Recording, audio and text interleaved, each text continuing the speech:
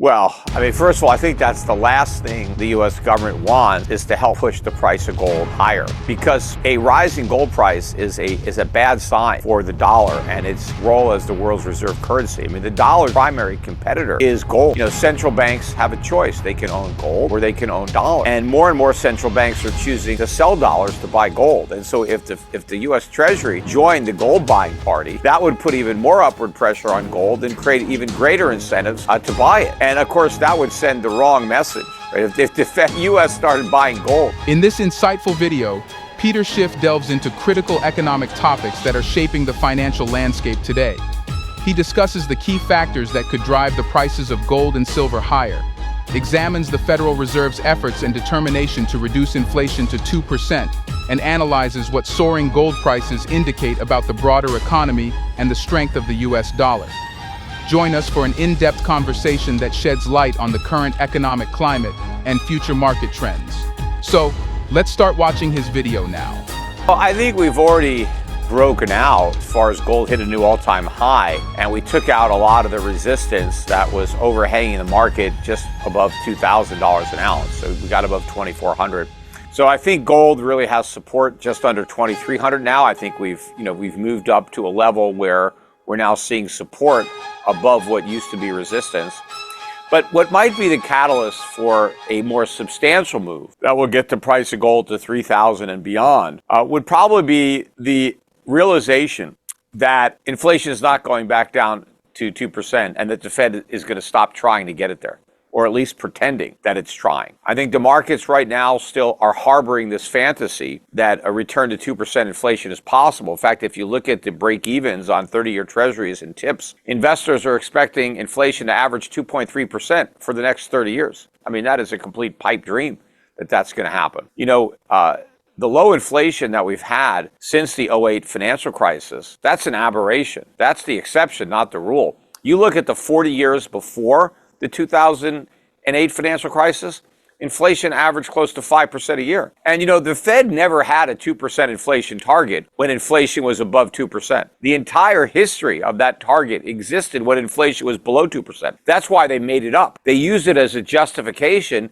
to create more inflation, because they claimed it wasn't high enough because we were still below 2%. But because they created so much inflation to get us back up to 2%, we're now way above it and we're never going back down to it. And the Fed doesn't have the political will to do what's necessary, because if they really wanted 2% inflation, they wouldn't have stopped hiking rates. They have a long way to go up. And Powell would not be telling Congress that he doesn't care about budget deficits and that he can't criticize them. He would be laying into the government for running these deficits, because there's no way we're going back to 2% inflation with $2-3-4 trillion a year budget deficits. It's just not even possible.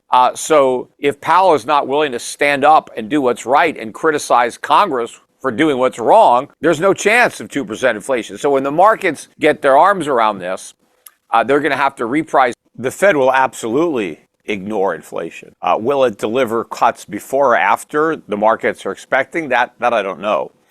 But it makes sense that everybody is, agitating the Fed for inflation, because everybody's addicted to it. Because the Fed used inflation to keep interest rates so low for so long, everybody has grown an addiction to the cheap money. And when you take away the cheap money, obviously the addicts are going to demand more of it. They're starting to have withdrawal. We're seeing banks fail. We're seeing pressure now on the stock market. Debtors are feeling the pinch of rising interest rates. Consumers, not only are they dealing with rising prices for food and energy and everything else, but the cost of paying interest on their debts has also gone up a lot. So everybody wants the Fed to reduce rates, and so eventually they will. But they can't reduce rates to prop up an overly leveraged economy and fight inflation. They're mutually exclusive. In fact, when they try to bail out the debtors by printing money, they're conceding and they're losing the war on inflation. Inflation wins, and it's going to accelerate to a whole new level. Well, I mean, first of all, I think that's the last thing the U.S. government wants is to help push the price of gold higher, because a rising gold price is a bad sign for the dollar and its role as the world's reserve currency. I mean, the dollar's primary competitor is gold. central banks have a choice. They can own gold or they can own dollars. And more central banks are choosing to sell dollars to buy gold. And so if the U.S. Treasury joined the gold buying party, that would put even more upward pressure on gold and create even greater incentives to buy it. And of course, that would send the wrong message, right? If the U.S. started buying gold, imagine the message that sounds. That's like, the policemen are having to, call in the police to protect themselves, right? I mean, it would send a message that things are not great because we're telling everybody how great everything is. It's a great economy, the strongest U.S. economy. Inflation is going back down. So why would the U.S. be buying gold? It would be sending a mixed message to the world. Yeah, I mean, I don't know that they are smart enough to have a plan B, or not. Maybe it's not about intelligence. They don't even have the hubris. I mean, I think they're very self-confident in the dollar's position, and they don't think there's anything that could upset that. So I don't think they're planning for a reality that they think has zero probability.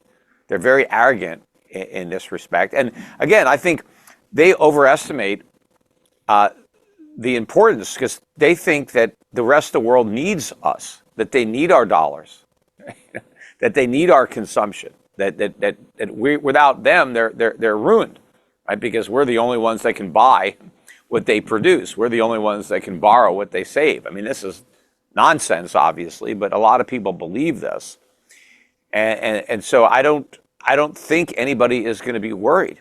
And if you look at where the national debt is, it's $35 trillion almost. People have been very concerned about the debt, at least people like me, since it broke $1 trillion in Ronald Reagan's first term. In fact, Reagan was concerned about it before he was elected. And was critical of the budget deficits and the national debt under Carter.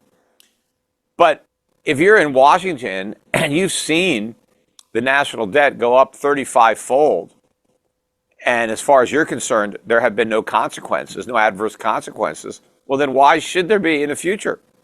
I mean, it's gone on so long, why can't it go on indefinitely? If the people who were worried about the deficit when it was at 5 trillion, 10 trillion. We didn't do anything about it. Now it's 35 trillion. And none of the bad stuff that people were worried about has happened. Look, the stock market's at a new high. Unemployment is, below 4%. Everything is awesome. So why should we do anything about the deficits? Because they clearly are not a problem. Because look how big they are, and, and everything is fine. And so, to me, it's like, somebody that's smoking cigarettes, and the doctor says, you got to quit those cigarettes, you're going to get cancer. But, they keep smoking and they don't have cancer. They don't quit until they go to the doctor and he says, hey, you got cancer. And then it's like, oh, shoot, I better quit smoking. Well, it's a little late for that, right? You should have quit a long time ago. But, you think, well, I haven't developed the cancer yet, so I guess I can keep smoking. So by the time we get the crisis, it's too late, to fix it, right? That ship sailed a long time ago. Thank you for watching our discussion with Peter Schiff. If you found this video insightful, please give it a thumbs up and share it with others who might benefit from this information. Don't forget to subscribe to our channel and hit the notification bell so you never miss an update. We'd love to hear your thoughts in the comments below. Stay tuned for more expert analysis and financial insights. Until next time, stay informed and stay prepared. Thanks again.